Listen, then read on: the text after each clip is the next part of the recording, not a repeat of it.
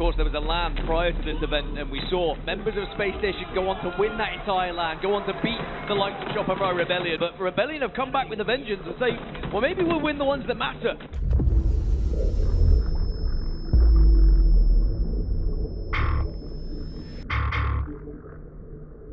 I love that nickname, the Megalodon. Who came up with the Megalodon? Oh, it's been going on for a while. Because it obviously has like my name on it. Even before I matched up, I was like, damn, I'm gonna have to wake up the Megalodon. He's gonna be mad.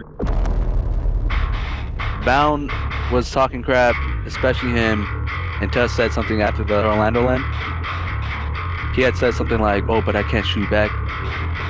And like, he got me so ticked off. I had this killer mindset that like, I think like all three of them said it. The Renegade said it, Bounce said it, and Lenny said it. I just took it personal, and like, I went to the Atlanta event, I was like, we're not losing.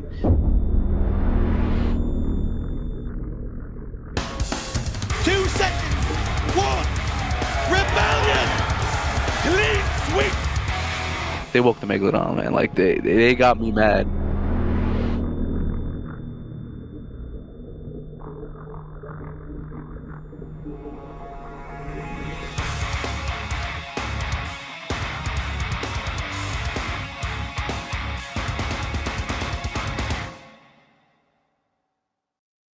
Hello, everyone, and welcome back to another episode of Tide the Leader. Makowski. Joining you alongside me is my duo from 05, Eli the Ninja.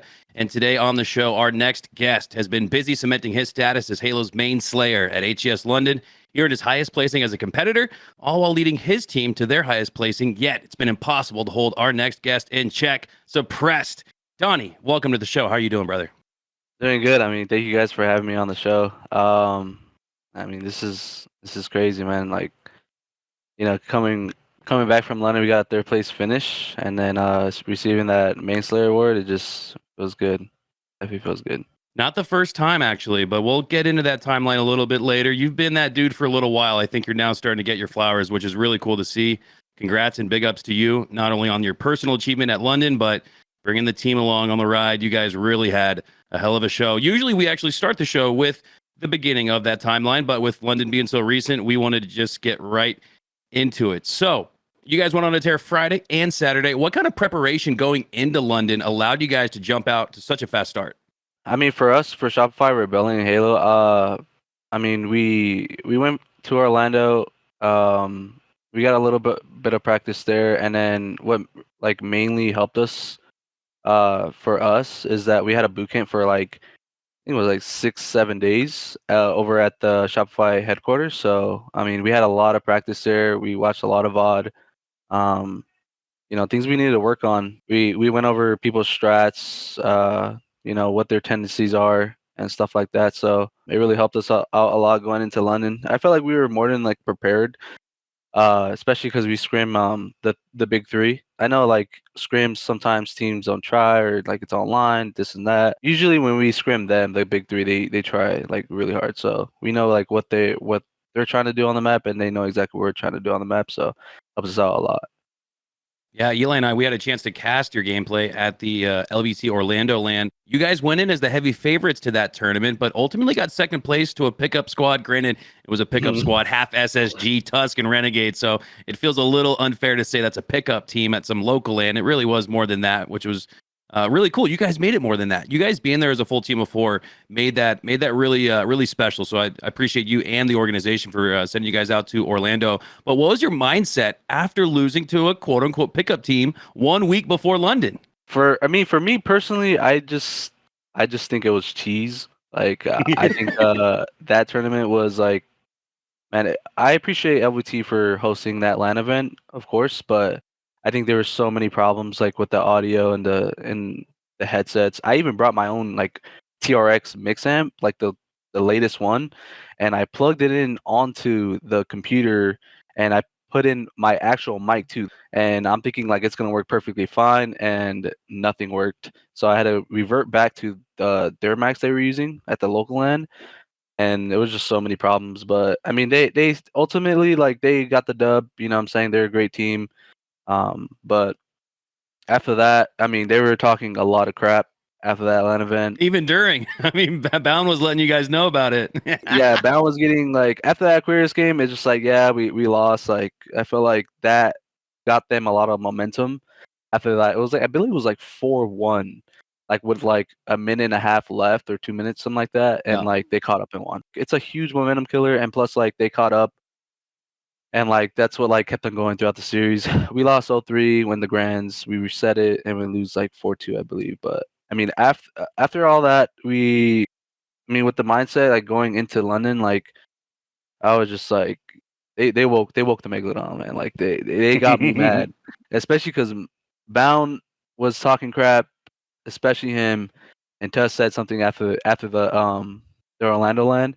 He had said something like, "Oh, but I can't shoot back," and like or something like that, right? And like he got me so ticked off, and like I don't know, I had this killer mindset that like I think like all three of them said it. Like it's not just Tuss that said it. I think that like Renegade said it, Bound said it, and Legend said it, and like I just took it personal, and like I went to the Atlanta event, I was like, we are not losing. So I mean, it was just it was just a good experience. I love that. People always come to me. I mean, for whatever reason, they want my opinion on different things, and people kept saying, like, don't you think it was silly for Shopify to go to Orlando and like now they're gonna lose their confidence? And I just every time somebody said something like to me, I was like, are you stupid? Like this, if anything, for them to lose is a good thing because it's gonna piss them off. They're gonna work harder going into London. They also went through some adversity, like you said. There was a few tech issues at the LAN center. It's a brand new LAN center, so it's kind of expected, I think. So, but you guys also got to play on LAN for the first time post network update, which we know feels a bit different than LAN felt before. So it's like you're getting experience. You're figuring out, okay, maybe on LAN now I need to change my settings. Like there's so many positives. Like just because you lost doesn't mean you're not growing immensely as a team, or in this case, you know, getting kind of a chip on your shoulder to want to beat them even more going into London. So yeah, I saw it as all around a good thing for you guys. And I love that nickname, the Megalodon. I don't think I've heard anybody say that before. Who started that? Oh, it's been going on for a while. Like my teammates, Native Red. Even before then, I used to say it because it obviously has like my name on it. So like I said it one time, and like I don't know, like pro players like say it, or even my teammates say it. Then like I even make jokes about it too. Like even before I matches up, I was like, "Damn, I'm gonna have to wake up the Megalodon. He's gonna be mad." I love that, bro. This alter ego that you bring out on when the moment needs it. Basically, yeah, that's pretty much what that means. So that's awesome. Well, ultimately, you guys would end up going head to head with your online rival SSG in the winners semifinals, where you swept them 3-0. You put the Halo World on notice with that series. It kind of felt like. Cycle's gonna keep jiggle peeking. Legend gets a kill. Eco another. He's gonna try and force this one home. His mental and gets it. 4 dead for SSG. One more kill required. One more, and it's just going to be finding those spawners, calling it out. Where is the last player? And they see him. They've heard him, and Soul Snipe gets it. And Shopify Rebellion find themselves 1 minute 54, and Rebellion, they can use it to their advantage. Force Space Station into the hill, and then start to surround them. And Suppressed again, putting the sniper to good use. Oh! One more! Just for good luck, 4 are dead! And Rebellion, they can taste that winner's final. How have they done enough? Mental gets one more. They're in the hill. And they're out of the hill just as quick. Cycle throws nades. Legend desperately tucks his tail between his legs and hopes for the best praise. But here comes the collapse from Rebellion. And they send them home. They send them down the chute. 2 seconds. 1. Rebellion. Clean sweep. What did it feel like to get that win? Because it felt like everyone discredited you guys going in between Arlington and London. They said all of your success was fool's gold. It was all done online. It's not for real. But now you not only do it on LAN, but you looked better on LAN against SSG than you did online in that series. How'd you guys do it, and what did it feel like? For SSG, I mean, we had a lot of matches going against them in the online qualifier, and we know exactly how they play. It's just like straight head on, like it's like gunny versus gunny. But I mean, if you just like use better teamwork, you know, small talk better, and say what we want to work for at all times, it just like it makes the game easier. So I mean, obviously they're a great team. They were the defending champs from last event, but I mean, it just when you have a lot of practice, especially on online qualifiers, that actually like means something. like I know it's online Halo, but it actually means something. Like they're trying just as hard as us. So I mean, we came in that Atlanta event, and we just knew the like expectations from all of us from each other. So I was curious about like how far in advance. I mean, I know Best Man's your coach, and Best Man and I go way back to the Halo 2 days. Used to team together back then. I just know the way he thinks about the game and like his preparation. Like how early on were you guys looking ahead to that SSG series and like knew the game types to start preparing for it? Because you guys played what 30 games against each other in the online cups across like the span of what like 4 days, something insane. During Right. you guys have played every single game type against some guy like in tournament and scrims. So I feel like when you look ahead to the bracket, like okay, we're playing them in these 5 game types. Like how much prep went into specifically countering them in those game types? with every game that we played, we actually talked about like even like certain game types. We knew exactly what player, what their tendencies were. Like let's say for Pit, for instance, like Pit Flag, right? Like we would talk about it and be like, and I'll like say something, or anyone in the team would say something, and be like, "Yo, Legend likes to hit up long. Like he likes to go long, like right away. Like that's his only play." Or like a certain player on SG would go runway to like create a pinch and stuff like that. So we actually went over the game types, like over every single map that we did. And we just talked about what we wanted to do and what they were trying to do. So like I said, they're a really great team. They could switch up anytime. I mean, we've seen it with Quadrant SSG. It's just like, when you're playing them, like you don't ever want to like let your foot off the gas pedal, because like when you think you have the W, it's like you really don't. You guys had a lot of success on Saturday. A lot of people said that, if the tournament continued on Saturday, you guys might have just won the whole thing because you guys just looked so good that day. Sunday comes around. It's a little bit of a different story. You guys actually came out super hot at the beginning of Solitude King, but then there was a reset, like a 20 or 30-minute break. It felt like a very long break before you guys restarted that game. Do you feel like that was a huge momentum killer for you guys, that first game on Sunday? I mean, definitely. I mean, when you're up 1-0 and it's like a grueler first hill on Plaza, first hill is always gonna be a grueler. Whoever grabs camo, shock. It's just like like even if you kill camo, right? It's still a grueler, because like they can go driveway, right? We spawn blue, they can go driveway and just beam the hill guys. So it's like it's grueler. That's exactly what happened for like 2 minutes straight. And we finally get the hill, and then we go up. As soon as I get the hill, I go up Prius to driveway, and I start capping the second hill right away. Like I'm there before like the timer is like there to set to start capping. It's just all of a sudden like I hear like admins, and then I look up front. I'm like, dude, these guys are literally saying that they have audio issues. But I mean, I don't know if it's true or not, but it's just like you couldn't send anything like right, or at least like a minute into the game. Like you had to say something when I'm halfway capping the second cap. I mean, like I said, like FaZe is a great team.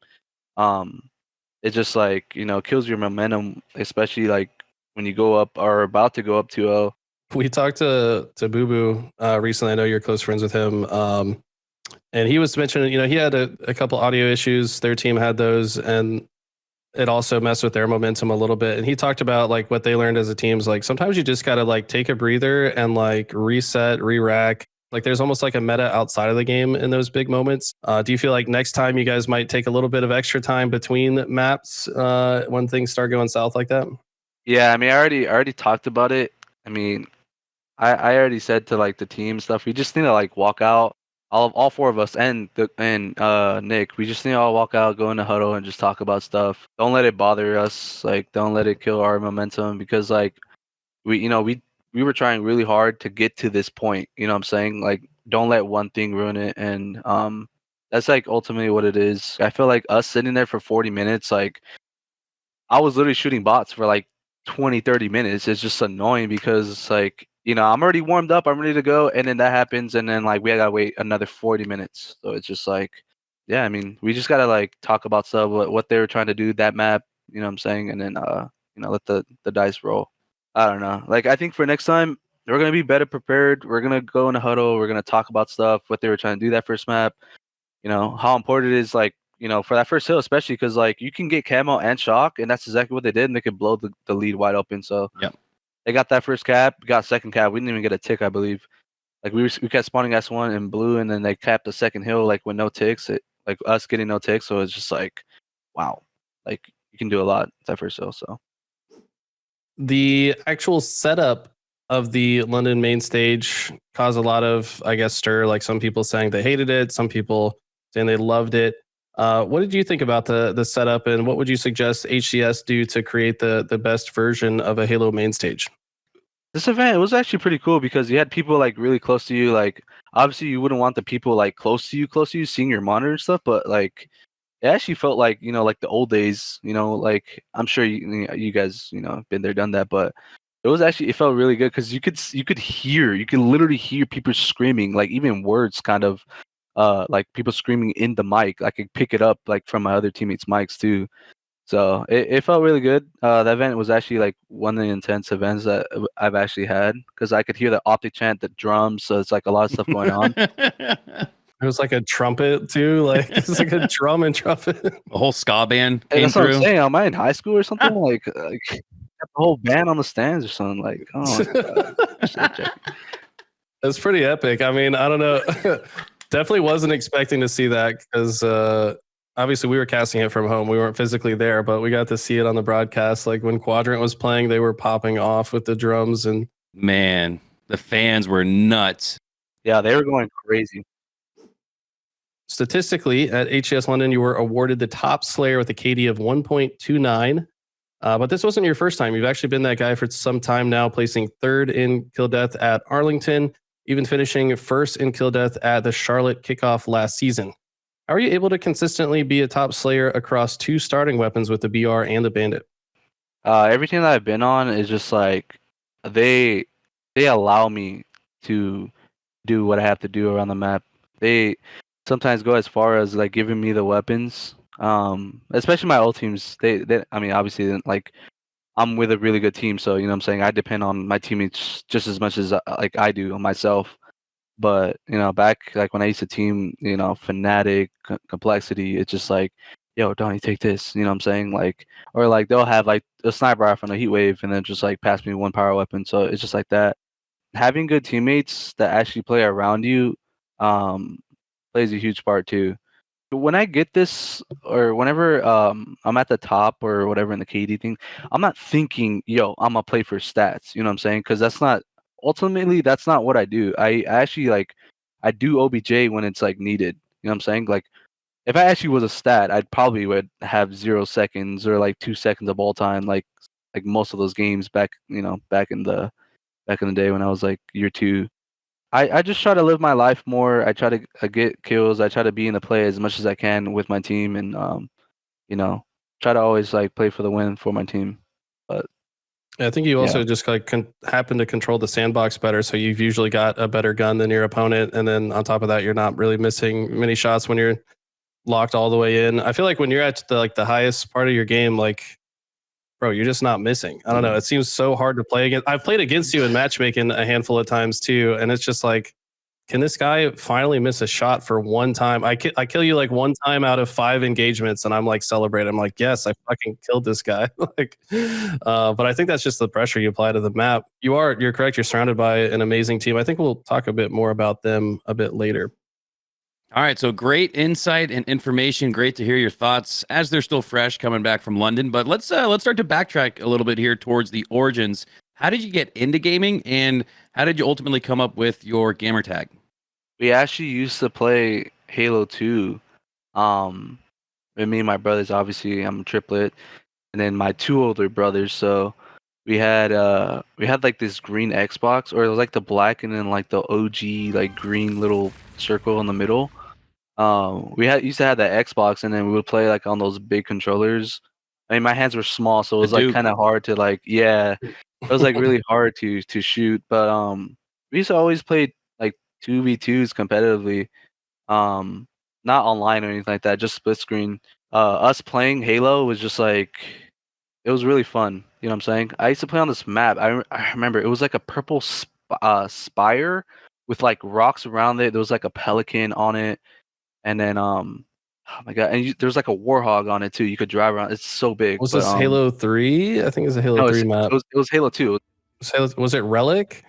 I think it was Relic. It used to have that sniper rifle carbine. Or Yeah, it was the like beam rifle. Beam. the beam yeah. rifle. There you go. Yeah, I think it was Relic. It was on a beach, right? Had some Forerunner structures. Yeah, there we go. Yeah, it was Relic.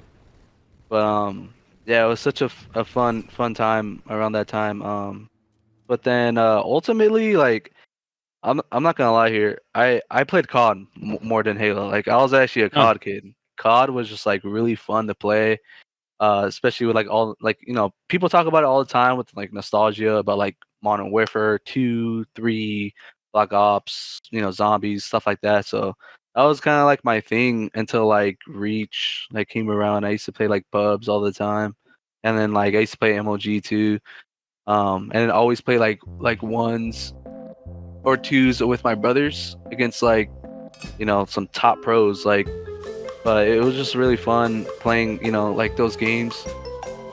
Sorry, there's just like a lot of balloons near me. I go through a little surprise thing when I came back. I'm just like, all right, The boomerang. Oh my god, bro. No, but so following that, I believe there was like a Halo Reach event like out in Anaheim. It was back in like when COVID started. So like oh my god, bro. I'm gonna flip out. Hopefully they don't move, dude. I'll just keep it right there. Okay, I remember specifically saying, like, I'm gonna like try to like win this FFA event, right? And like Andrew was like bugging because he had like, I don't think he had money at the time or that much money to actually go to the event because the tickets were there were like, I believe they were like 100, 150 or something. I don't know. I don't remember, but they're pretty expensive. We go like right before I'm getting ready to leave, so I enter the car like in my dad's Camry because I didn't have a car or anything. I told him, all right, bro, like before I leave, are you sure you don't want to go? So right, and he's like, nah, I don't want to go. Dude, I'm in the car. Like I start up the car, my dad's car, and it's like a 2005 Camry. I start it up. I'm like almost getting ready to drive, and I see him coming out. Like I see Drew coming out. And I'm like, bro, do you want to go or not? And he's like, yes. So he makes up his mind. We go to the event. Yes, dude. All this happens. This is real stuff. We go to the event, right? And mind you, we don't have a hotel, anything. We didn't buy anything. So we came in like, yo, we either gonna sleep in this car or we're gonna go all the way back home 2 hours. Because we live at like, ultimately like an hour and a half, 2 hours away from the Anaheim event. So And which year Anaheim was this again? this was 2020. 2020, okay, Halo wow. Reach, I believe that Halo Reach 4v4 was happening too on PC. We get through Friday. Saturday's like, the semis, stuff like that. So I'm digging, what I'm saying? I'm thinking like, I'm gonna win this.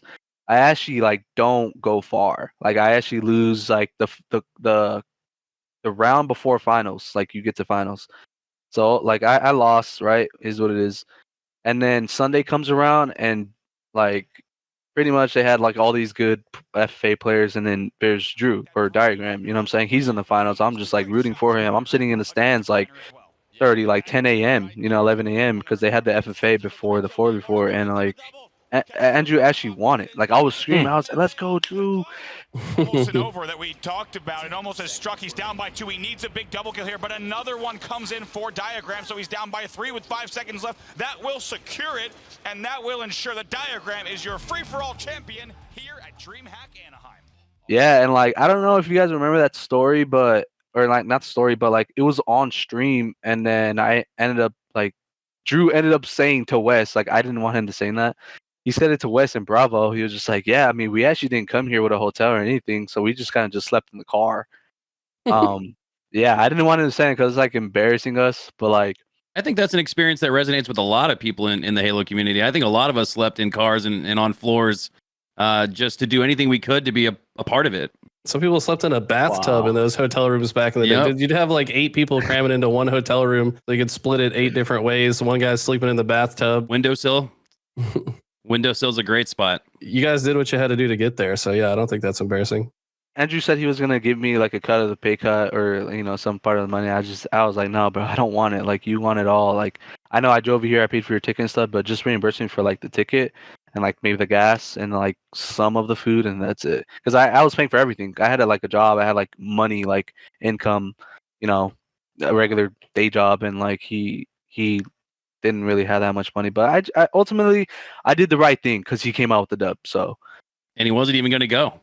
yeah, he wasn't even gonna go. Literally seconds before I'm getting ready to drive, he won it all. So it's just like you don't look in your rearview mirror and Diagram doesn't get the W at this free for all. yeah, in I mean, Anaheim. I literally said it. I literally said it to him. I was just like, "Yo, listen, bro. Like, someone won it in this car. Like, if I didn't win it, you won it." After the 4v4 event, when Jesse won, we were like, "Yo, congrats!" Like, hey Jesse, can we get a picture? Or obviously he's Bubu Dubu. So we were like, hey Bubu Dubu, Falcated, can we get a picture? Wow. We watch your streams all the time. Like, can we Yeah. get a picture? And we knew like Bubu, like watching the streams, he was like this lollygaggy kind of guy. Like he wasn't like as serious. I'm not saying he's not serious all the time, but I'm saying like, you know what I'm saying, you can tell he's like that. He's goofy. Yeah, he's goofy. He so said it like, himself, you know, he stays true to himself. I think that's why a lot of people love him. and that's why, I mean, at the time, you know, before we actually, man, we loved him. We loved Bubu Dubu and Falcated, and yeah, so we actually like got their autographs and pictures, and yeah, we were just like, hey bro, like you guys have Discord? Could we play Halo with you? And then it's just a nice story because, you know, that's what, like, basically, like, I wanted to be more invested in Halo instead of just playing COD. So like yeah, once that happened, we got their, like, you know, we got their Discord and we started like talking like on Discord. I'm like, oh my god, I can't believe it. Like, you know what I'm saying, we're talking to two pros, like, Man. you know, or two top pros at the time, because, you know, they just won that event, so like they're the crown champions. But yeah, we ultimately like got to meet them, and then obviously, like, you guys know that, you know, Jesse teamed with Shotzzy and Falcated, but he was like friends with Shotzzy, and like he just mentioned it one day, like when we were in Discord, he was just like, hey Donnie, like, you guys know Shotzzy? I'm like, oh yeah, we heard of him. Why, what's up? He was like, we're best friends with him, bro. I was like, no, you guys are not. You guys are not best friends. You guys are lying. And then yeah, I mean, the rest is history. We ended up like going over. I was like, oh my god, I'm meeting, like, you know, Shotzzy. You know, like, not a lot of people meet Shotzzy, by the way, but like, you know, I met Shotzzy at the time. This was like 2021. It was just, he's an amazing guy, humble guy. Yeah, I mean, it was just a cool time. So I started playing Infinite for fun, right? Like, mind you, I remember I was like talking to Jesse and Mike. I was like, bro, when Halo comes out, like, are you guys gonna play with me? Like, are you guys gonna play with us? Like, me and Drew and, like, you know, the Triplets. But like, they're like, yeah. And I was like, all right, cool. Like, we're good. Mind you, when I played Halo 5, I got my name decently out there. I remember playing ranked and stuff like that. You know, I got first place, and then my alt account was second place. So I was a grinder. Huh. I wasn't really that good. I wasn't really that smart. I was actually like really like just dumb. Yeah, Mikey. I literally asked Mikey, or my obviously my teammate now, or Soulslime. I literally asked Soulslime, I'm like, yo, Mikey. I was like, if I asked you, like, then, right at the moment at Halo 5, like, would you have team with Suppressed? Like, would you team with this guy in the future or whatever? He said, hell no. I was like, wow, like that? You gotta put it down like that? Like, no, like, no, bro. Like, nah, I would say no or something. Like, he didn't even try to. He said, hell no. So I was like, kind of hurt. I was like, wow, whatever. So that happens, and I thought I was pretty good. You know what I'm saying? Individually, at least. But I mean, I was pretty just like brain. Like, I didn't really know the game because I came in so late with Halo 5. But I was grinding it like from 2019 when I barely got into college. Didn't do my homework, dropped out of college, and it was just a mess. I mean, I'm glad that you went into a lot of these deep stories about like how you got into gaming, because this all started with Hunter asking you, how did you get into gaming and how did you get your gamer tag? And I feel like we've skipped a few steps along the way. We've gone all over the place. You're right. Well, so we're gonna try to rein it in a little bit. Let me ask real quick, because that was incredible, dude. I mean, that's why we record the podcast. We love to hear the stories from you guys. So love that. Let me just go back to that event in 2020, the Anaheim LAN, where Drew wasn't even supposed to go, wins the free for all. That's how you guys meet Jesse and Falcated, Bubu Dubu and Falcated. Was this when you guys got into MLG and competitive Halo? And it sounds to us like those would have been your biggest inspirations. And I think that story really resonates with us because Eli and I had to do crazy wild things to get pros to want to play with us. But you guys did it a pretty badass way and just winning your way into a lobby, it sounds like, with Bubu Dubu and Falcated. We hear so much talk about gatekeeping in the Halo community, but it sounds almost to me like these guys opened up the door and at least the Discord for you. Mike and Jesse, they did their job to get us in the scene. Mind you, we didn't like, bug them, like to try to like talk to us every day. No, they just like were willingly to talk to us because like, well, for one, like we're a triplet, so they found that pretty cool. And then like we used to watch other streams and stuff, so it was a great feeling. And then like obviously like when you get in the scene, you meet the best pros in the world. I got to play with Brad or Frosty. I had to play with Trippy in one of the events with Brad, so it was a cool feeling, meeting all these different pros. And I remember the way I got into actually in a Pro 8's lobby, Mike didn't want to play, or Falcon didn't want to play. I'm seeing Snakebite, Row 2, Stellar, Eco, Renegade, Frosty, or something like that, right? I'm talking about like the best pros like in the world. Actually, I think Jesse was actually in lobby, so like it was like 7, and then makes me 8 with Mike saying no. He was like, "No, just let Suppress play." So I play, and like I actually did pretty good in that lobby, and like it felt good, getting the reps in the actual like high level lobby. They're throwing you in the dirt, in the where the dogs are. They're just throwing you out there, with no practice. Mhm. No one going over Halo with me. But yeah, it was a great feeling. You're new to Halo in the sense that you just got going in the last less than 4 years or so. But man, your story about how you broke through is very much how you would have broke through in '04, much less 2024. So that's really cool to see. You find any way you can to get into one of those Money 8 lobbies is what they're called now, or Right. customs back in the day, like we used to play with Walshy and the Ogre Twins and all those guys. But you get a chance in one of those lobbies and you play well. That's how you get your start in competitive Halo, and that sounds like that's how you got your start in competitive Halo. Let me ask though, going back to the triplets, who was the best between the three of you? Was it Diagram? Because he won that free for all. Yeah, I mean at the time like Drew is actually like really good. I mean, uh the difference between me and him is that he actually didn't have a PC. He didn't save enough money to buy a PC, and we knew that playing Infinite, you need to have a PC that had the best performance, gameplay, with everything really. He was playing on my Xbox Series X, and I thought at the time was like a good idea to play on it, so I just like let him borrow it. But like when you're playing Halo Infinite, you can have 240 frames, and the Xbox Series X only gives you 120. So I don't know how to explain it. He just stopped grinding because of that reason. Andrew was actually like the best between all of us at that time going into Halo. But What about Avenue? We haven't talked about Avenue much at all. I mean, it seems like he plays the least out of you guys, at least now for sure. the funny thing is that when Halo Infinite came out, like Eric, he used to work at this job named Northrop Grumman. So essentially, what you do there is build airplanes for the military, Wow. like Blackbirds. Like we're talking about top secret stuff. But like basically, he was working there, and before then, he was actually playing like just like us, just like regular gameplay. Eric didn't. He had no bother to go to that Halo Reach FFA event, so he was just like, "No, I'm not going. Like we're good." But coming into Infinite, we actually teamed, me and Avenue. Yeah, I saw that. I think it was me, Avenue, Claim, Aperture. We were just four guys, 4 kids that actually like wanted to just grind, and like we were actually a team. Like we didn't shade anyone to go with each other. We were actually a team that actually was decent, a hitter squad, I guess you could say. So we go to the event, and I think at the time, I think Row 2 got banned, so it's just like the Sentinels had to go through open, um, to get the champ bracket. We get through everybody. We get through what we have to do, right? But before we go to champ bracket, we face Xset, and it was I think it was Kratos, Spectre, Filthy G, and Porky J.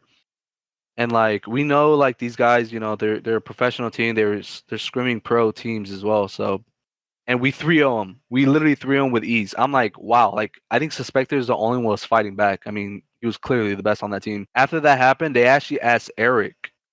Like I know you guys are saying like, Eric wasn't in the scene and stuff. They actually asked Eric to team, which is insane because like. I thought I was good. You know what I'm saying? Like I thought I did good, but like I You guess took that not. personally. You thought you get Okay. a call. So basically, like I'm forever grateful for this too. Eric like said like nah, like I don't think I want to do it. Like I believe he said something to like Kratos or Suspector, like whoever hit him. I think it was Kratos though. He was like, yeah, you should pick up Suppress. So like one day I go over to my mom's. I'm just like, you know, like normally I'm just trying to see my mom because like I live with my girl now, obviously in the same room for like 4 years. So I go to my mom's house. I'm just chilling, laying down on the couch, and I'm like, I get a message from Kratos. You know what I'm saying? I'm like, in my mind, I'm just like, you know, I'm just some random guy named Suppressed. You know what I'm saying? Like, he's Kratos that got, you know, I don't think he won the worlds, but like he got second or something. Like he got Yeah. multiple seconds and stuff. So he's got his name out there with, including Suspector. He's like, hey, bro, what are your plans for the season? I'm like, nothing. Like, I don't really have like nothing going on right now. You trying to team? I was like, wait, are you being serious? I literally said, are you being serious? Like I don't know why I said that, but I'm kind of like shocked right now. He was like, yeah, bro, you trying to team? LMAO. Like he was just like making fun of me. But yeah, so ultimately I team with him. You know, the rest is history with Kratos and Suspector in that team. So. Yeah, it looked like from a competitive standpoint, your initial breakout tournaments were close to the beginning of Halo Infinite. You were able to crack into the top 12 of some of those open series.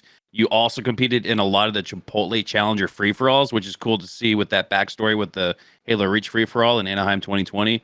What was your initial thought process during this era that you just spoke on a little bit? You seem to be just entering as many tournaments as possible. Was that just in an effort to get your name out there? And it sounds like maybe even more so solidify it in the scene?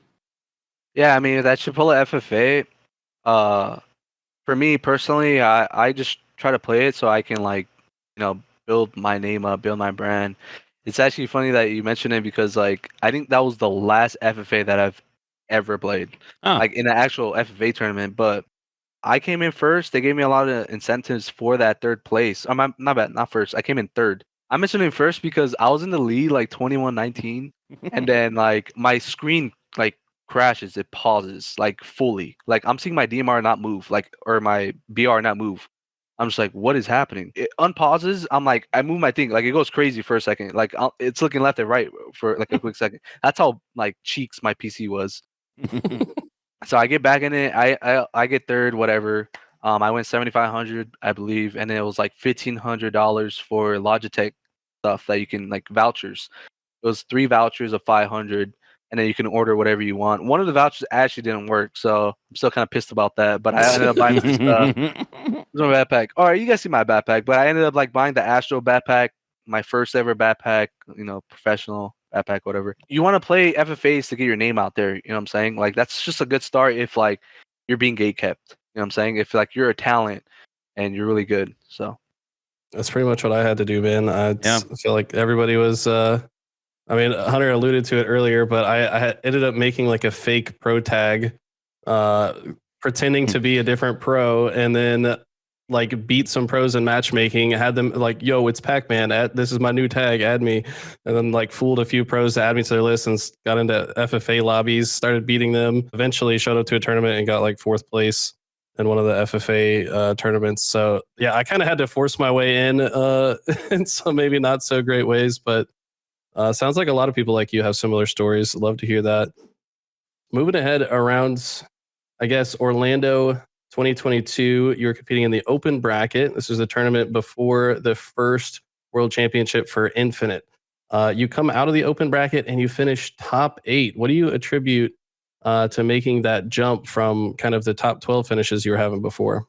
Really, from top 12 to top 8 is just the team who plays better and the team that doesn't scam as much. That's like basically what top 12 to top 8 is. And then when you get from like top 8 to top 6, it's just like now it goes in levels. It's like better skill, better small talk, and then from top 4 to top 3 is just like, don't scam, like play good, make the least mistakes, basically. And then top 1 and top 2 is just like basically perfect, like good game, like really good breaks, really good gameplay. So that's pretty much how that went.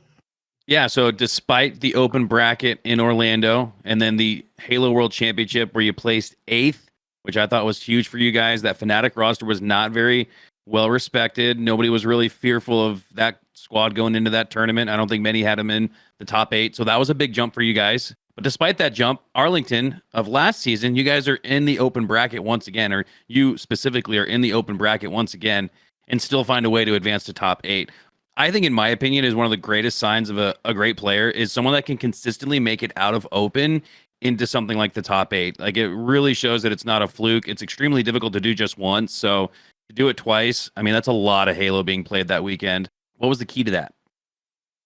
When you want it as bad as like your teammates, and you're striving to be one of the best Halo players in the world, or if not the best, you try to get your teammates on board with that too. It's definitely a process. Like, other people don't start off as good, or they're not as like, they're not as good as you. But when you talk about stuff, and you want your teammates to do this, and you want them to be better, it's just like you can go far with that. You know what I'm saying? Like, if you're an M and you're trying to get on the team, you're consistently switching players off of like one match of an online qualifier. You're never gonna do anything. You're never gonna go. You're not gonna see instant progress. You're not gonna go far, because like people are gonna either see you as a shader, right? So that means right then and there you're probably gonna get dropped from the scene. Number two, you're not gonna see instant success. Uh, given obviously if there's 4 great players, you can, but number three, if you are playing and you're not trying to get your teammates better, it's just like, what are you doing? You know what I'm saying? Like whenever I play with my team, or whatever team I try to play with, I like asking questions. I like, hey, what did we do here? How did we do this? How did they break this? And when you talk about it as a team and you like continuously want to get better, you can go far. Kind of like how we're doing with Shopify. Let's tie that gap together here, because then at the Halo World Championship year 2, you take another step from that top 8 finish in year 1 to top 6 with that native red roster that felt like might stick together in the offseason, because you guys showed so much promise and potential. Despite that, you guys would choose to split and join up with Soul Snipe as your duo alongside Mental and Cycle of Rebellion. What ultimately led to that decision? Ultimately, I was thinking like, oh, same team, right? And then Preston hits me up. He was like, "Yo, what are you doing with your plans and stuff?" And then like, I know Mikey messaged me personally. He's like, "Hey, like, anyone to hit you up on Shopify or something like that?" And then like we both start talking about it, right? And then like we're both linked. You know what I'm saying? And like we're like saying, did they hit him up too or something? Like, you know what I'm saying? Like we're kind of like figuring out stuff. I had no clue, mind you. I was thinking like same team next year. You know what I'm saying? Because I'm not the type of person to shade, you know what I'm saying, and drop people like that. And especially because like we're all really good players. Manny and Hunter are really great. Yeah. So that happened, and then yeah, like we get in a phone call, start talking about stuff. Ultimately, I think Nick made the decision of dropping Rain first for Soul Snipe. And then from there, I think Nick mentioned again, who could be the best fit for our team, and they chose me. So right then and there, like we knew that we have a great squad between us. I think Shopify Rebellion they're a great team, with Ryan Noob and Rain. They beat us. I believe it was I think it was in Dallas or something like that, or Arlington. I can't remember, but they beat us like in pool play, and then we came back and beat them for like top 3. But we knew they were a great team. Like I knew Billy was capable of being like really fucking good, or really good. At Worlds, he ended up with like a 1.4 or something like that, 1.3. Jeez. Like I know he was out of the tournament for a top 8 finish or whatever, but like I knew that he was really good. I know Preston, I teamed with him on Cole. Like I know what he's capable of. He's really good too. He's a really great player. Same with Billy. Us combining forces to like make this team was actually like a really great decision. We don't give props as much like as we do to Nick, but him, I'm sure like Preston and Billy are really appreciative of the decision that he's made.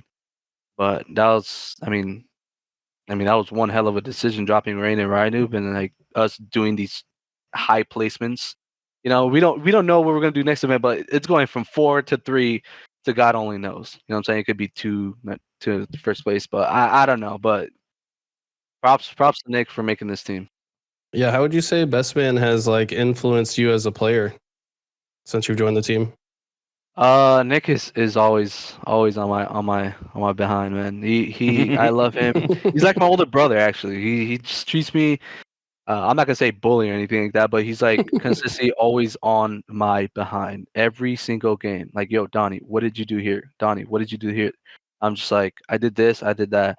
It's like, yeah, Donnie, you didn't have to die here. You didn't have to like get averaged. And then like, I'm just like, yeah, you're right.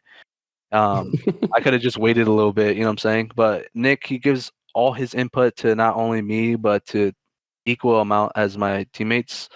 Yeah, I mean, he just gets me better. He knows like timing just as much as we do. So it's great to have him as a coach because he knows exactly how Halo's played, even regardless if there's G siding or running or not. But he knows exactly what's up. So I was gonna say, just like to dive into what makes this team so special a little bit. Like you and Soul Snipe, but would you consider Soul Snipe kind of your duo on the squad since you guys came from the prior roster together?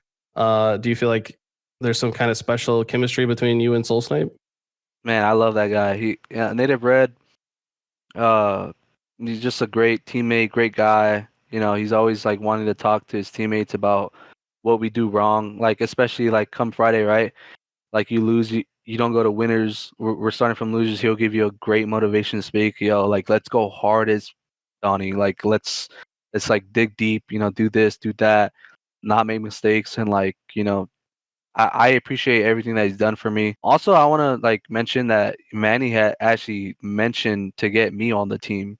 So I actually appreciate Manny very much. You know, giving me throwing a chance on me on Native Red. I know Bohm, they got a top 4 finish and like in top 8, but he's a really great player too. But yeah, Manny actually got me on that squad, and then teaming with Mikey is he's a fast player. He's really aggressive. Sometimes like I can be slow, but I'm just as aggressive as him.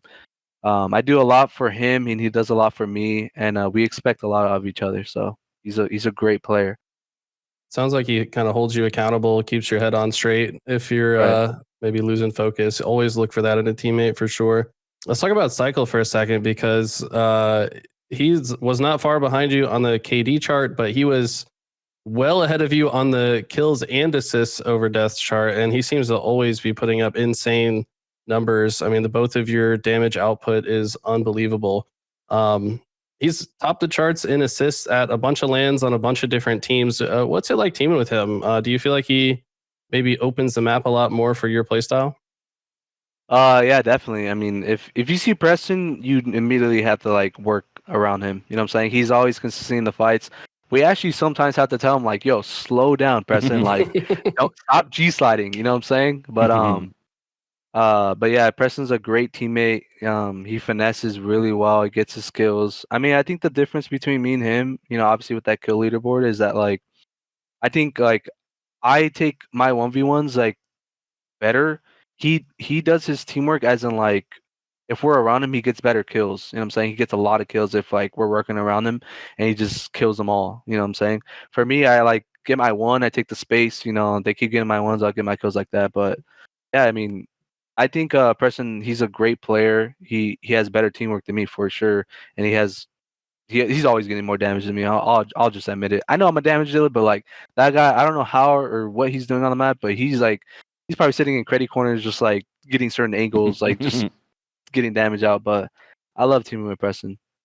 I guess from a commentator analyst perspective, it seems like you're more likely to be in 1v1s, also more likely to have power weapons, which maybe that's why you end up with less assist than him. Whereas I feel like his playstyle is literally to just deal as much damage as possible in every situation. Like if he enters a room and there's 3 opponents in front of him, and he knows that one of you guys are nearby to follow up, like he's going to try to get 2 or 3 shots in all the players in front of him so that you guys can come clean up the play afterwards. And to be honest, I tried to play like that. I'm not even close to as good as this guy because if I play against him, I can't even kill him a single time. But like I try to embody that play style. Like I just want to make the game easier for my teammates to play. And I feel like that's kind of his mentality as a player. Plus he's really good at like holding space, especially when I watch you guys in like recharge strongholds, for example. I feel like he just knows how to like finesse an elevator for like 5 whole minutes, just not dying, just holding down that entire part of the map so you guys can predict spawns a lot easier. I love watching both of you guys play. You guys really complement each other's play styles. Thank you, Eli. I appreciate that. Yeah, speaking on that team composition you guys have, we actually noticed while casting some of your games early on in the offseason that Rebellion was one of the first official teams of 4. Was that a strategic choice for you guys to get in as much practice and game time as possible before going into the first LAN? And based on your previous answer about Best Man, it sounds like he was a big reason why you guys were able to form so efficiently and quickly and have that head start. What were your thoughts? That boot camp, it was just strictly we're watching different VODs. Or we're actually watching like Cole's scrims. Any team that's like scrimming basically, like Druck or like Hunter, like they're streaming scrims. So like we're consistently learning about what they want to do on the map, and like we're learning about how we can counter it. You know what I'm saying?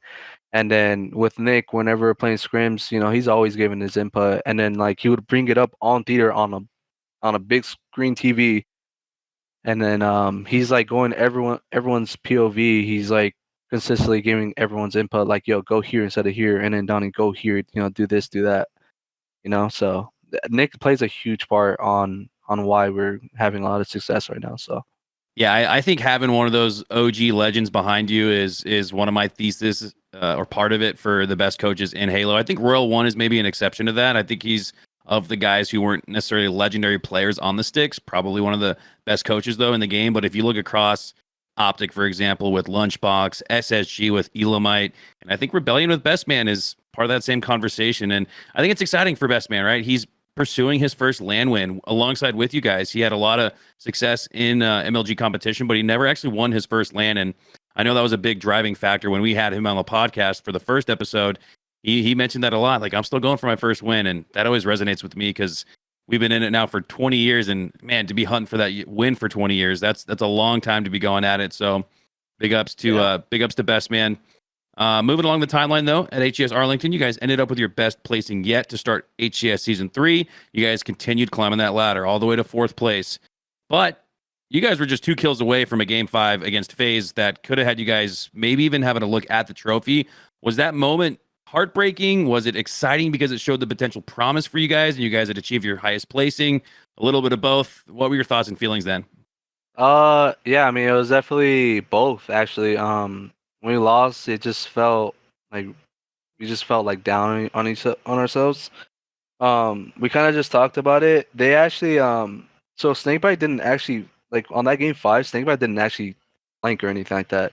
He got a PD spawn while we were all back A in A-Gen. So it was just like we didn't feel as down when I talked to Snakebite. Like, we were in the lobby and I was getting ready to go to my Uber to my flight. He actually told me, he was like, yeah, bro, I didn't actually flank. I spawned PD somehow.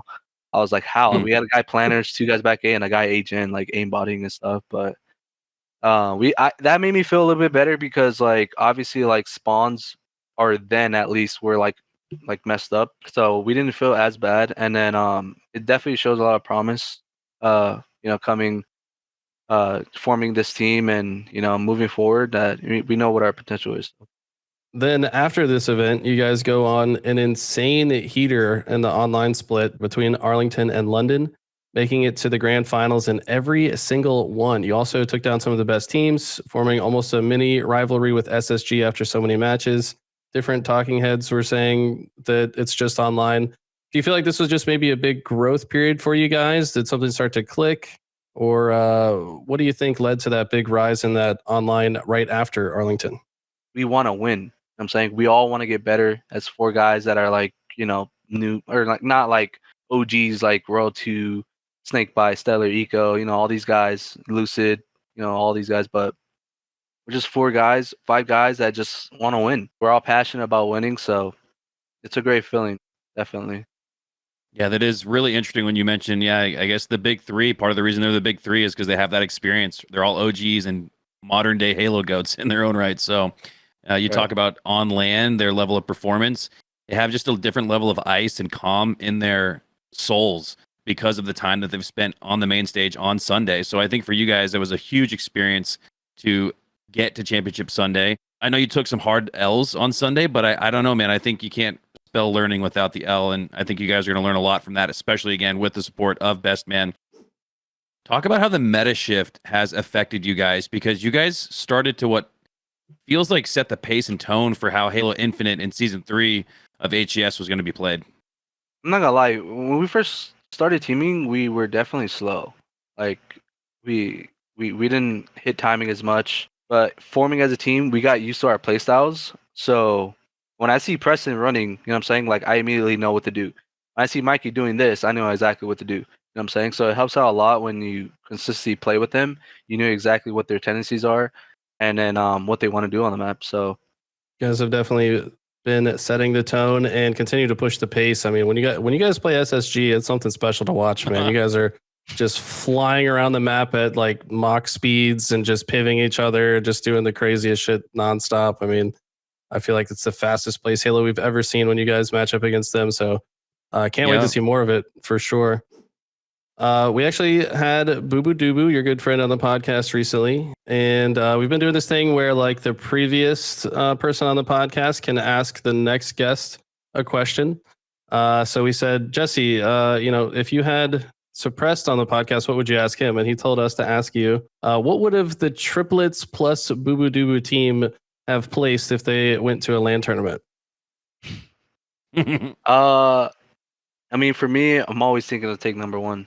So I think with the telepathy that I have with my teammates or my brothers, and I'm not gonna bash on it, but they don't calm as much. But I know exactly what they're shooting at, and like we have good teamwork. I mean, we've seen it with like money scrims, money eights. I'm consistently playing Online Childs with tourneys, Destiny. there's always a triplet, 2 of the 3 triplets plus 2, a Right. Bubu Dubu Frosty, and you guys are winning every single time. So Right. I So mean, like I mean with Jesse, I think by him asking that, I think we will go far. At least we'll be in the top 4 conversation for sure consistently, and then like who knows, we take it. You know what I'm saying? so Jesse in his response actually said top 6, and then thought about it later and said top 8. I don't know, man. Is Bubu Dubu hating or what? He just doesn't have the he a same winner? confidence. Does bro. he want to Like, win? Nah, I think does he's he saying not want that. to win? I think he's saying that because I mean Eric has a day job. You know what I'm saying? So I don't know if he's saying it because of that, but I know Eric has a day job and Drew he works at Amazon. So it's not really like fully professional Halo players. I mean, if you're gonna quit your job, getting paid 32 an hour or something like that from SpaceX, it's like you have to go pro. I mean, if I know my brothers are putting night and day, VOD sessions, playing Halo for multiple hours, I think for the most part we'll get top 4 for sure consistently.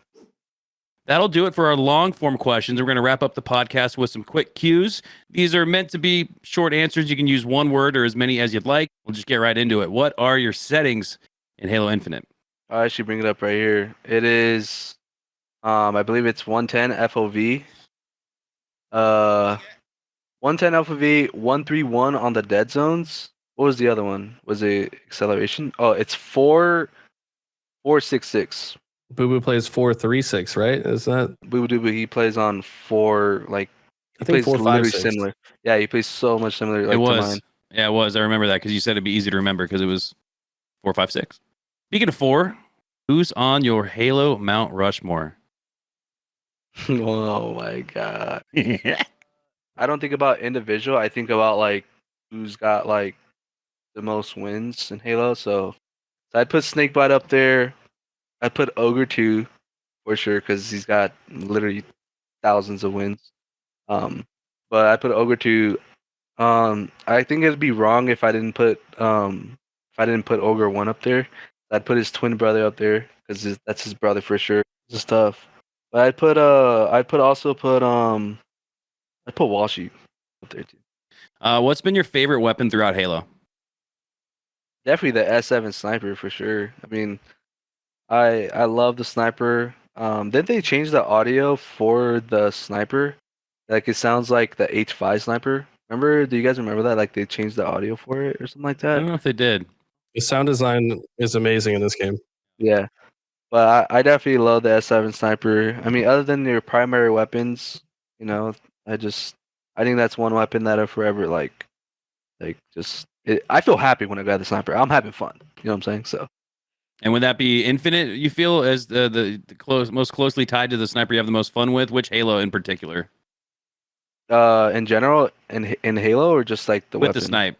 Oh, with the snipe, I think This is crazy what I'm about to say this, but I think H2A, like, it was too easy to snipe in that game. That's Like, why, I yeah. love that sniper. Like, that's why it was like, that's why I like that sniper too. Who's been your favorite duo throughout your time competing? I never really had a duo. I think, like, obviously until Native Red, like, I think, quote unquote, like, if I had a duo, I think for sure it'd be Mikey. Mikey has been there for me. You know, he picks me up when I'm down.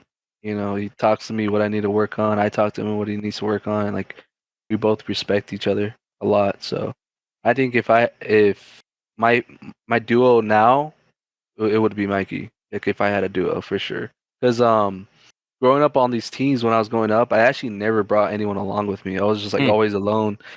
Space Station exit, like I would get dropped, picked up, dropped, picked up. It's just like me on my own. And it's like maybe you have to go through those obstacles in order to get a duo, you know what I'm saying? In order to like to make your name, make your brand and like, yo, this guy's actually good, you know what I'm saying? So that's how I landed on Native Red, and then, you know, that's ultimately how I got my duo. So definitely Mikey.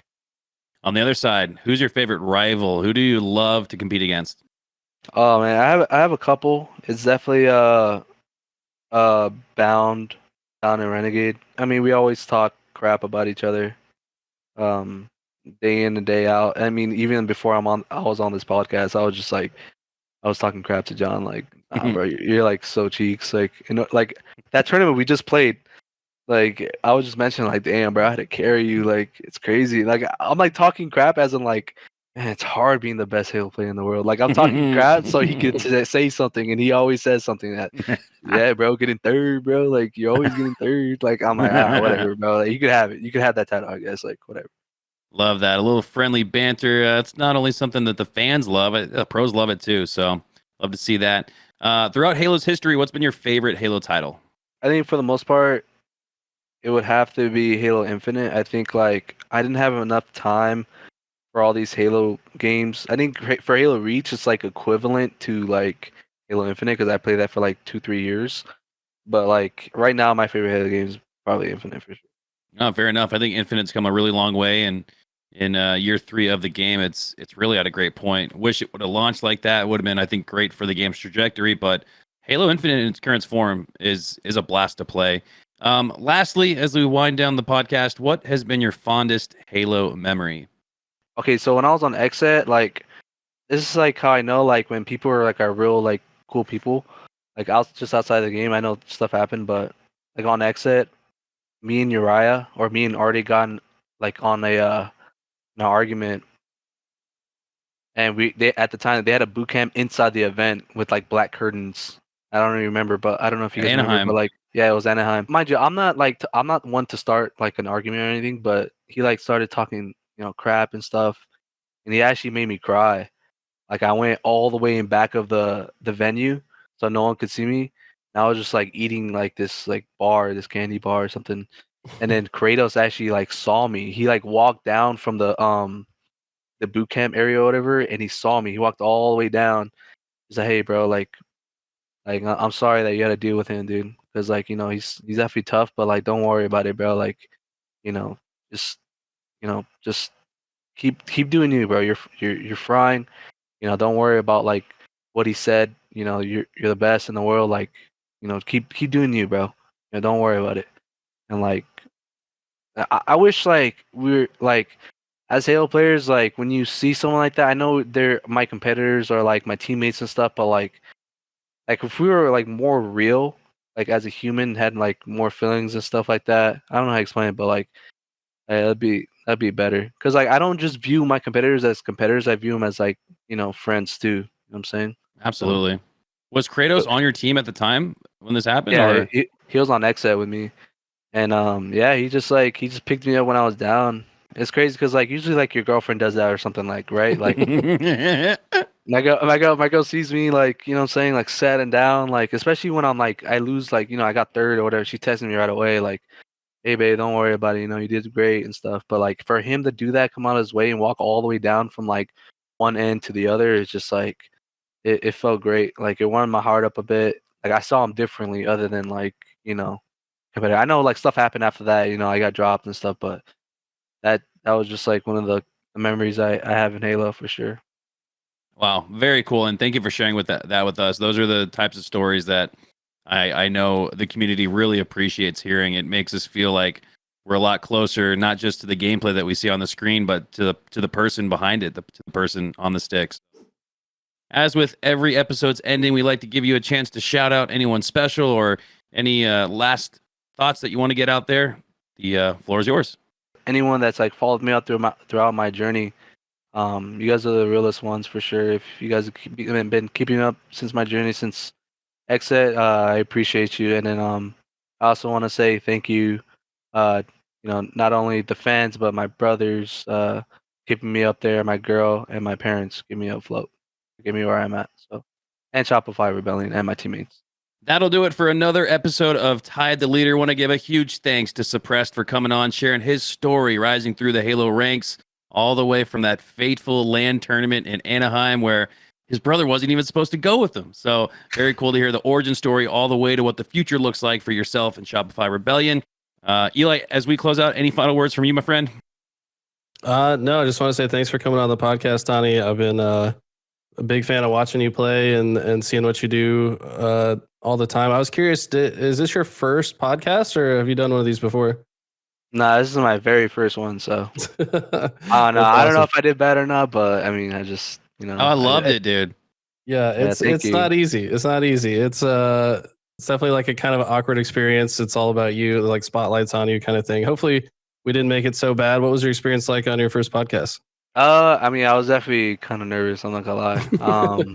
But I appreciate you guys. You know, like appreciate you guys for having me on here and you know, getting my name out there. You know, getting the flowers that, you know, like you guys said, that I deserve. So it was good. The friends that formed in 2019. Oh my, what? All over for Suppressed. The new kid on the block making impactful plays, and he just learned that the world champions bleed red. We're going to a game 5. What